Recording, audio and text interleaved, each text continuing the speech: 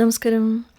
ഇന്ന് ഞാനിവിടെ വളരെ ഡിലീഷ്യസ് ആയിട്ടുള്ള കേരള സ്പെഷ്യൽ കിണ്ണത്തപ്പത്തിൻ്റെ റെസിപ്പിയാണ് ഷെയർ ചെയ്യാൻ പോകുന്നത്. ഇത് സിമ്പിളാണ്, ലൈറ്റാണ്, ഒരു പെർഫെക്റ്റ് ആയിട്ടുള്ള ബ്രേക്ക്ഫാസ്റ്റ് അല്ലെങ്കിൽ സ്നാക്ക് റെസിപ്പിയാണ്. ഇതെങ്ങനെയാണ് ഉണ്ടാക്കേണ്ടത് നമുക്ക് നോക്കാം.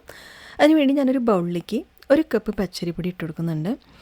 അതേ കപ്പ് അളവിന് ഒരു 1/2 കപ്പ് പഞ്ചസാര കൂടി ഇതിലേക്ക് ഇട്ട് കൊടുക്കുന്നുണ്ട്. ഒരു നുള്ളു ഉപ്പ് നമുക്ക് ചേർക്കാം. എന്നിട്ട് 1 ടീസ്പൂൺ ജീരകം കൂടി ഇതിലേക്ക് ഇട്ടിട്ട് നല്ല കട്ടി തേങ്ങാപ്പാലിൽ ഞാനിതിന് നന്നായിട്ടൊന്ന് മിക്സാക്കി എടുക്കുന്നുണ്ട്.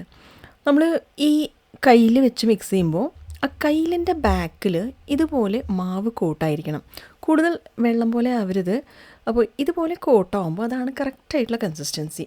അതിനുശേഷം നമുക്ക് ഇഡ്ഡലി പാത്രത്തിൽ കുറച്ച് വെള്ളം തിളപ്പിക്കാൻ വെക്കാം. എന്നിട്ട് പ്ലേറ്റ് വന്നിട്ട് ഒന്നില്ലെങ്കിൽ വെളിച്ചെണ്ണ അല്ലെങ്കിൽ നെയ്യ് വെച്ച് ഗ്രീസ് ചെയ്തിട്ട് ഇഡ്ഡലി പാത്രത്തിൻ്റെ ഉള്ളിൽ ഇറക്കി വെച്ചിട്ട് നമുക്ക് മാവ് ഒഴിച്ചു കൊടുത്ത് ഒരു 10 അല്ലെങ്കിൽ 15 മിനിറ്റ് മീഡിയം ഫ്ലെയിമിൽ നമുക്കൊന്ന് സ്റ്റീം ചെയ്തെടുക്കണം.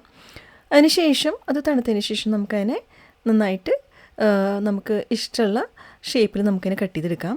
നമുക്ക് വേറെ രീതിയിലും കൂടി നമുക്ക് ഇതിനെ സ്റ്റീമാക്കി എടുക്കാം. ആ പ്ലേറ്റിൽ നമുക്ക് ഒരു ചെറിയൊരു വാഴയുടെ ഇല വെച്ച് കൊടുത്തിട്ട് സൈഡ് മാത്രം ഗ്രീസാക്കുക. എന്നിട്ട് വീണ്ടും അതേപോലെ ഇഡ്ഡലി പ്ലേറ്റ് നമുക്ക് ഇഡ്ഡലി പാത്രത്തിൻ്റെ ഉള്ളിൽ വെച്ച് കൊടുത്തിട്ട് മാവ് ഒഴിച്ചു കൊടുക്കാം. എന്നിട്ട് 10 അല്ലെങ്കിൽ 15 മിനിറ്റ് മീഡിയം ഫ്ലെയിമിൽ സ്റ്റീമാക്കി എടുക്കണം. തണുത്തതിന് ശേഷം നമുക്ക് വീണ്ടും നമുക്ക് ഇഷ്ടമുള്ള ഷേപ്പിൽ നമുക്കതിനെ കട്ട് ചെയ്തെടുക്കാം.